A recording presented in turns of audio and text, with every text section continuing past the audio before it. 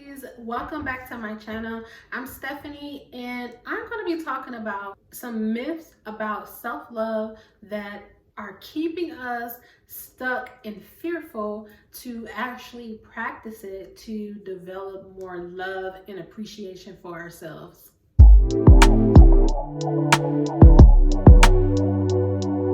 I am doing a self-love journey series here on my channel, and this is going to be the fourth video in that series.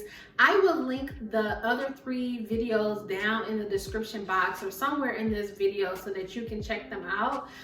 But this is a 4-part series, and this is the last video in that series. If you have followed along with this and you have enjoyed the series so far, leave a comment down below and let me know your favorite video out of this series. I just feel like there are so many negative things out there about self-love, and I want to clear them up for you today. So the first myth that I always hear is that self-love is selfish. Self-love is egotistical or self-centered, or you put yourself above others, and so on and so forth. For me, self-love does not take away the love that you show your husband or your kids or your mother, your father, your friends. It doesn't. It's also a love that you need to have for yourself. Just like you love your husband, just like you love your friend or your sister or your brother, you need to also love yourself. And you also need to look at yourself in a positive light. And so self-love is just that.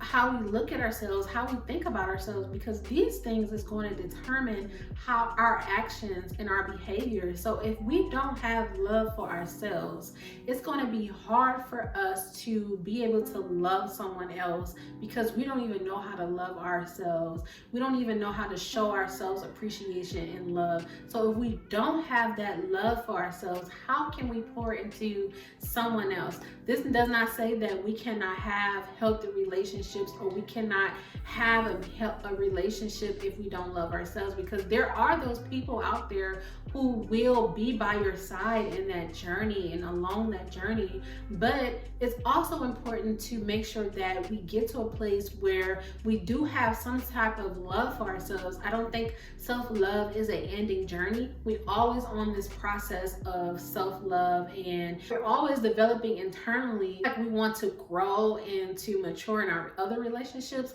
we also should be looking to do that within ourselves. So self-love is not egotistical, it's not selfish, or it's not putting yourself first. It's just simply changing the way that we look at ourselves and changing our thoughts, our beliefs about ourselves, so that we can start to achieve our goals, we can start to walk in our purpose, and we can start to love others the way that we love ourselves. If we are ordered to treat people how we want to be treated, then we need to start treating ourselves better as well. The second myth that I hear is self-love takes away the ability for us to be there for others. Again, self-love is not that, oh, I'm just going to love myself and I'm going to forget about my other responsibilities over here. I'm going to forget about loving other people and being there for other people. Self-love gives you more of an ability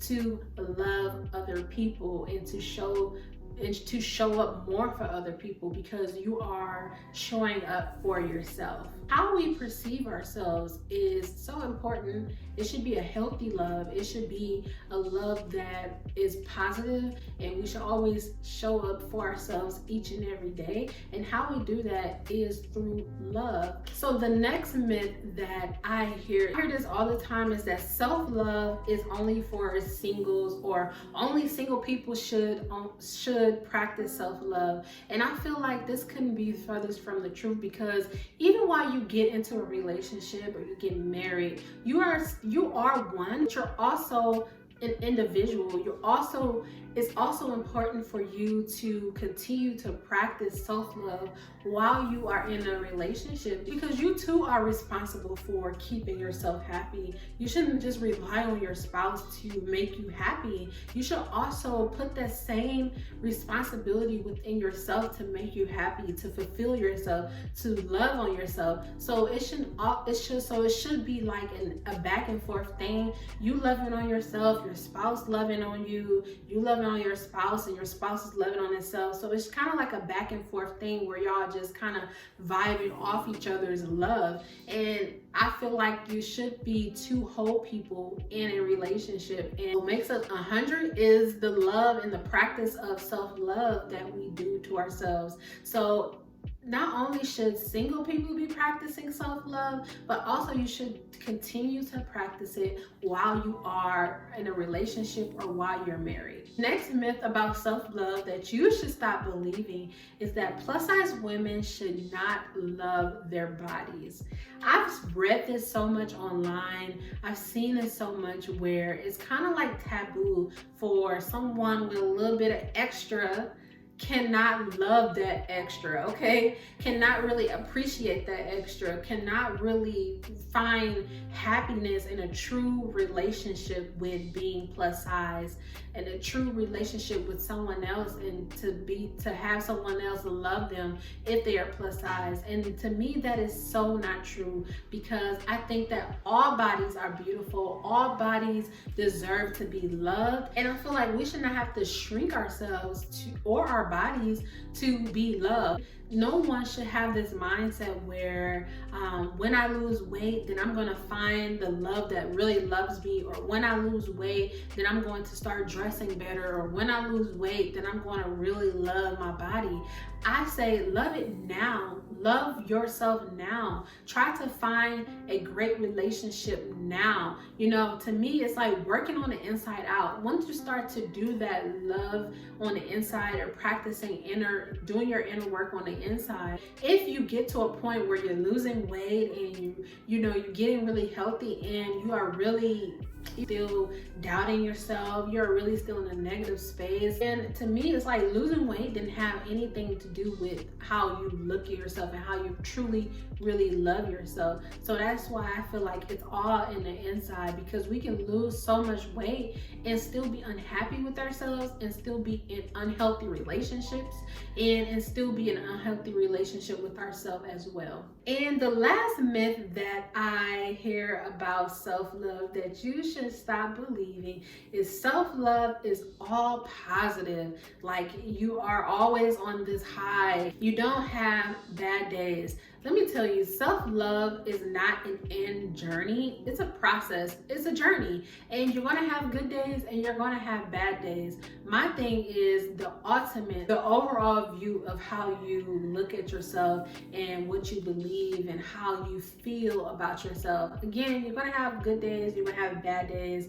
Even though you start to develop a sense of esteem and a sense of self and a sense of awareness about yourself, a sense of confidence, there are days where you don't feel as confident. There are going to be days when you are doubting yourself. There are going to be days when you look in the mirror and you don't like your body. And that's okay. We all go through that, and we all experience those feelings every once in a while. But my thing is, if that is happening on a daily basis or happening too many times, then we really need to check in with us and to figure out what is going on within us that is allowing us to this great emotional stress or burnout, or experience burnout or anything like that. I feel like when you start to experience those things, we really need to check into ourselves and really make sure that we are continuing to personally develop and continue to love on ourselves and develop and practice self-love, so that we don't feel burnout or just this emotional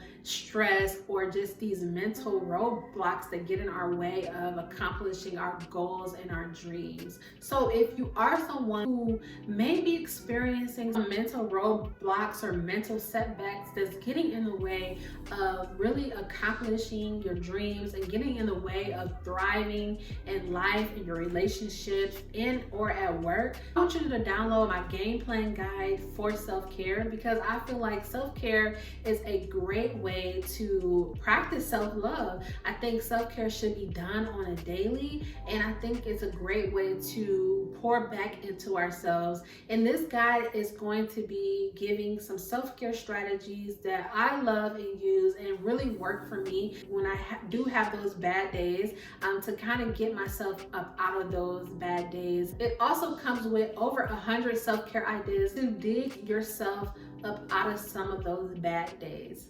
Thanks so much for watching this video. I hope it has helped you to debunk some of the myths out there that I've heard. Don't forget to subscribe to my channel and share this video with someone you think it may help. And until next time, I will see you again in my next video.